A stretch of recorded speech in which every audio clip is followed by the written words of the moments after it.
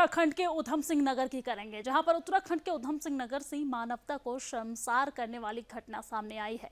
मदरसे में छोटी बच्चियों को उर्दू सिखाने वाले मौलवी ने कई नाबालिग बच्चियों को पॉर्न वीडियो दिखाकर उनके साथ 2 महीने तक शारीरिक शोषण और बलात्कार की घटना को अंजाम देता रहा। बीते 17 अगस्त को कोतवाली क्षेत्र के पास रहने वाली एक महिला ने पुलिस को सूचना दी। पीड़िता ने आरोप लगाया कि थाना के मौलवी ने 5 बच्चियों को डरा धमकाकर 2 महीने तक उनके साथ दुष्कर्म किया। पुलिस ने महिला की शिकायत पर मुकदमा दर्ज कर जांच शुरू कर दी है।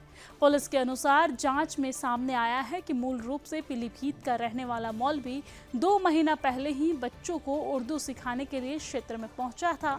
मौलवी ने बच्चियों को दुष्कर्म के बारे में किसी को बताने पर बच्चियों के परिजनों को जान से मारने की धमकी दी और एसएसपी मंजुनाथ टीसी ने बताया कि आरोपी मौलवी को गिरफ्तार कर लिया गया है।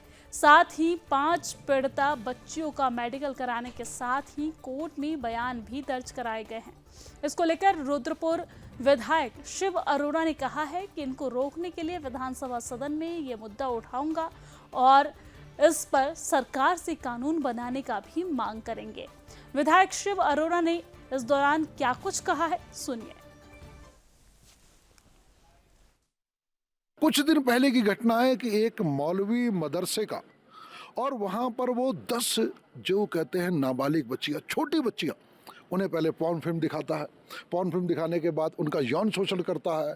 उसके परिवार में शिकायत आती है। बहुत बड़ा एक जिसे कहते हैं दिल को दहला देने वाला और एक अमानवीय घटनाक्रम उस मौलवी के द्वारा उधम सिंह नगर में किया जाता है। इस पे उस मौलवी का नाम लेने में, उस अपराध का नाम लेने में कांग्रेसी के सब नेताओं की जुबान चल जाती है।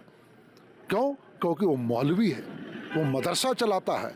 वो किसी बच्ची का भी यौन उत्पीड़न कर लेगा तो इनके लिए अपराधी नहीं है, इन्हें वोट बैंक चाहिए। इससे पता चलता है कि ऐसे अपराधी मौलवियों को किस तरीके से कांग्रेस संरक्षण दे रही है और इसी संरक्षण के कारण से जो हमारी देवभूमि है, इस देवभूमि में डेमोग्राफिक चेंज हो रहा, जनसंख्या असंतुलन हो रहा है। जनसंख्या असंतुलन में बहुत बड़ा कारण ये कांग्रेस का। कल हमने उदाहरण देखा सदन में, मैंने कहा भाई आप इतने विधायक, लगभग 15 विधायक बोल रहे हो, इतने सारे अपराधों को गिना रहे हो और इतना बड़ा अपराध उसके बारे में बोलने में आपकी जबान कट जा रही है, आपको सिल जा रही है, आपको ये समझ में नहीं आ रहा कि वो भी अपराध हो सकता है। तो ये बताता है कि इनकी तुष्टीकरण की नीति खाली मुस्लिम वोट बैंक की नीति। और इस तरीके से ये अगर वो मुसलमान है, मौलवी है, तो उसके खिलाफ ये नहीं बोल सकते, उसे अपराधी नहीं कह सकते। तो ये जो संरक्षण दे रहे हैं निश्चित रूप से कल ये एक्सपोज हुए कि किस तरीके से देवभूमि में ये इस तरीके के आपराधिक तत्वों को संरक्षण दे रहे हैं। निश्चित रूप से इस पर कानून बनना चाहिए और इस विषय को हम पूरी तरीके से हर पटल पर, हर सदन में रखेंगे कि ये जो है विषय बड़ी गंभीरता के साथ होगा। और पारदर्शिता में किसी को क्या आपत्ति? पूरी तरह पारदर्शी होना चाहिए। पारदर्शिता क्यों नहीं होनी चाहिए? इस विषय पर गंभीरता से काम होना चाहिए। हाल ही में दिनांक 17 तारीख को हमने एक एफआईआर लॉन्च किया है। एक पीड़िता बच्ची की मां की तहरीर के आधार पर एक व्यक्ति जो मौलवी है, ये जो है मलसी गांव थाना रुद्रपुर में एक मस्जिद है। मस्जिद के ऊपर एक अवैध मदरसा बना हुआ है। इस मदरसा में छोटी छोटी बच्चियां उर्दू सीखने जाते थे। उन बच्चियों का शारीरिक शोषण, बलात्कार और मतलब पोर्नोग्राफी दिखाना, ये सब चीज़ें होता था करके तहरीर आया था। तो उस तहरीर के आधार पर तत्काल हमने, एक बच्ची की मां ने तहरीर दिया था, उसके आधार पर हमने एफआईआर करके उस मौलवी को गिरफ्तार करके जेल भेज दिया। अभी 4 दिन बीत गए हैं इन्वेस्टिगेशन में। बड़ा हैरतन चीज़ें सामने आया है।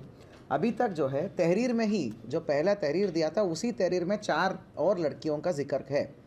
जो लड़की की माँ जिसने तहरीर दिए थे, उसने अपने बेटी के अलावा कुल मिला के टोटल 5 लोगों की नाम और डिटेल्स भी बताया कि इन बच्चियों के साथ भी ये मौलवी ये दरिंदगी करता था करके।